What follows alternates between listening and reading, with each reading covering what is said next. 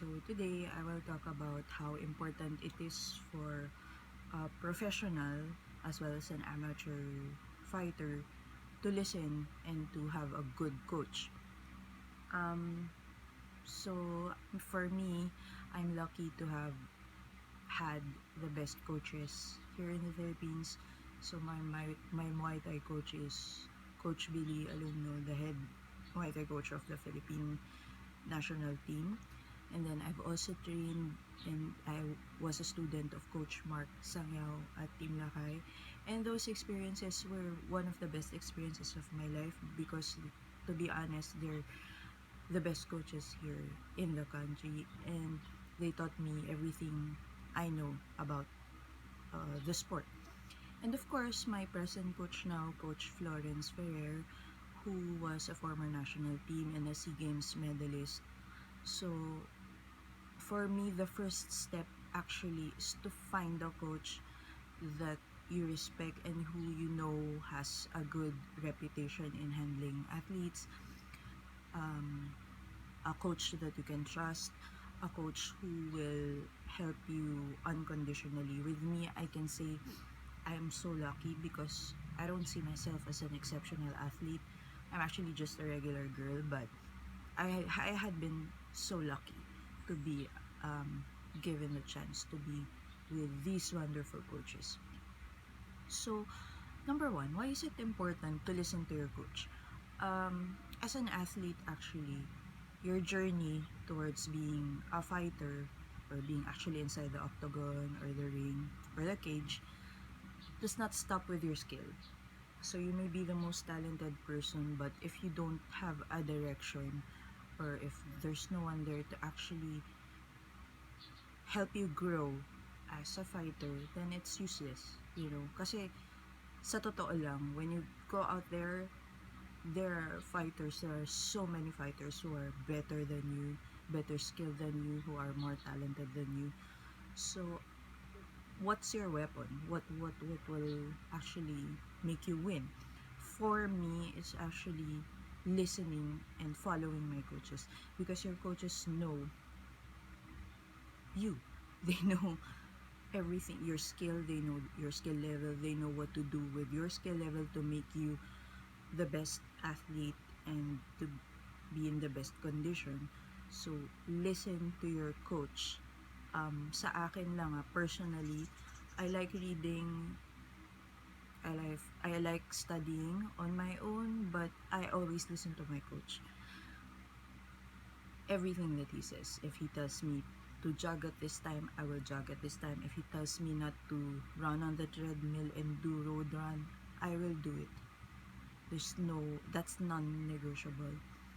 So that's it. I mean, listen to your coach. That is your key to success.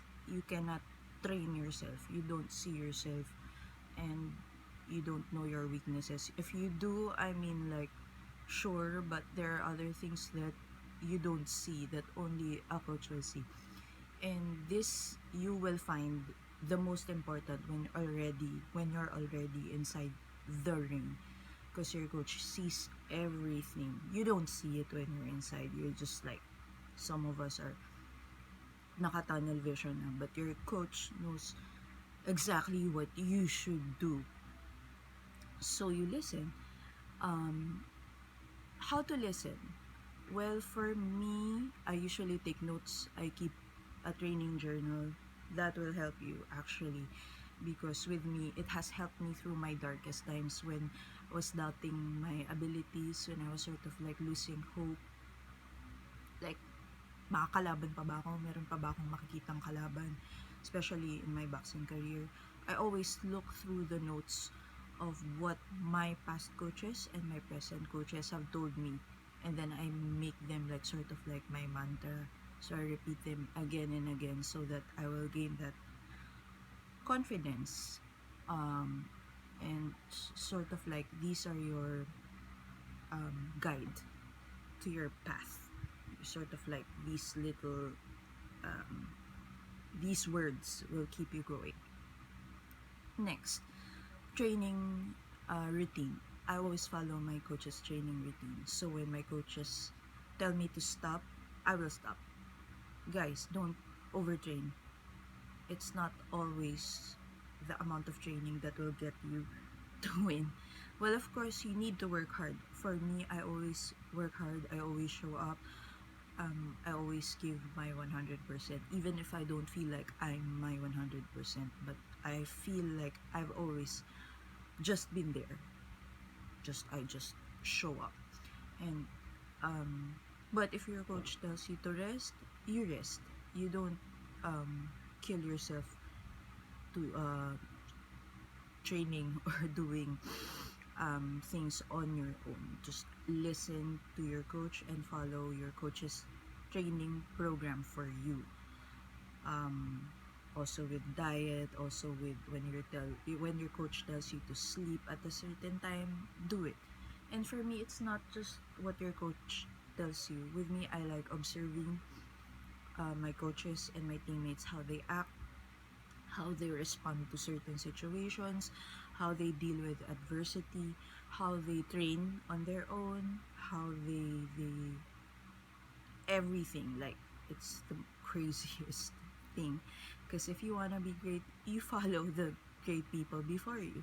So that's what I do. I develop habits that I see among my coaches. I develop I don't know, just how they are inside and out. And so far it has helped me. I mean, I did lose my individuality. That's not true. You still have your mind, but then you just sort of, it's like learning, but then you just don't learn through words. You learn through emulating. Also, don't listen to people who tell you not to listen to your coach, especially people you date, because they don't exactly have your best interest. And most of these people tell you not to listen, maybe because they're jealous or they're insecure. But trust your gut, guys. I mean, don't make a guy happy by just ignoring your coach and not listening to your coach just because they tell you to do so. Don't let that one person who doesn't have your best interest to dictate what you need to do with your career. Okay, so next is your attitude. It's always good to have a good attitude when training. Always be there, ready and receptive. Always, no excuses. Like when I started, I always, because it's natural, you make excuses. But for me, through the years, I've learned not to make excuses and to just listen to my coach, and just like whenever he tells me something, I'm just like, yes, coach, I will do that. I will do that. That's the best thing, and it also will clear your mind. Actually, it will give you the best training session if you're just receptive and open to whatever you can learn inside and outside the gym. Okay, next is build a good relationship with your coach.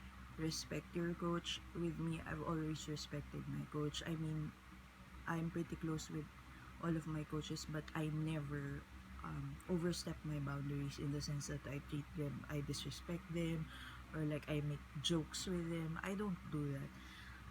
Also, practice gratitude whenever I can. I always thank my coaches or those people who have helped me. If you are a guy or a fighter who do not thank your coach or anyone who has helped you along the way, and you're so arrogant, you're a piece of shit. That's it. Especially the coaches who help you for free. You don't thank them, and then you're just out there basking in your victory.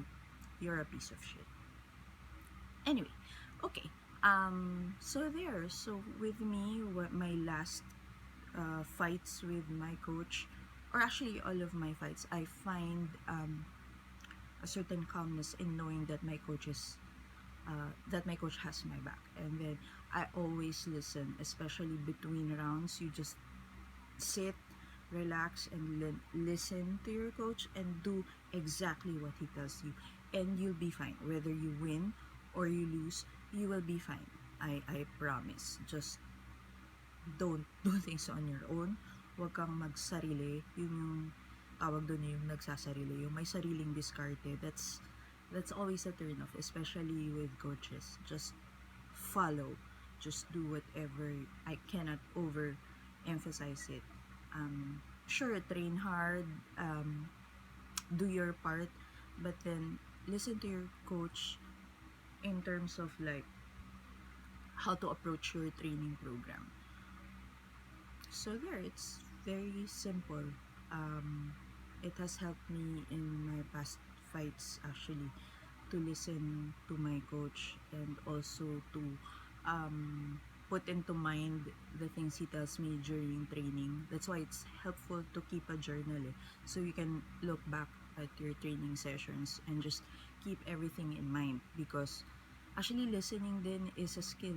It's not something that you can do perfectly the first time. So with me, it took a lot of practice also on my part to listen and to follow, to be obedient. So yun, obedience, loyalty, obedience to the point of being zealous about it, na talagang as in makinig ka lang talaga. Ako, I'm really crazy about that. Like, ultimo yung kakainin ko, tinatanong ko pa sa coach ko, like, kain ka ng sabaw, kakain ako ng sabaw. It's because they know, they've been there, and if you see their careers, they've been successful, you follow. I mean, who are you anyway to know your path? You don't know it yet because you're still on the path. But these are people who've walked the path and you listen to them. So there, it's very simple. Listen to your coaches. Number one, find a good coach that you can trust. Especially for us girls, it's important to find someone you can trust. With me, I'm very lucky. I wish that for every other girl athlete, to find a good coach. Next, follow your coach. Be obedient. Third, gratitude. And with me, ang laking pasasalamat ko na I have this like parang pamilya na yung coach ko and their families with me, because they're also your support system when you feel weak, when you feel down, and when you're victorious. Actually, they are there for you. They will be your family to support you kahit na wala ng laban. Even if you're retired, you will maintain this bond with your coach and with your coach's family and with your trainers. That's priceless.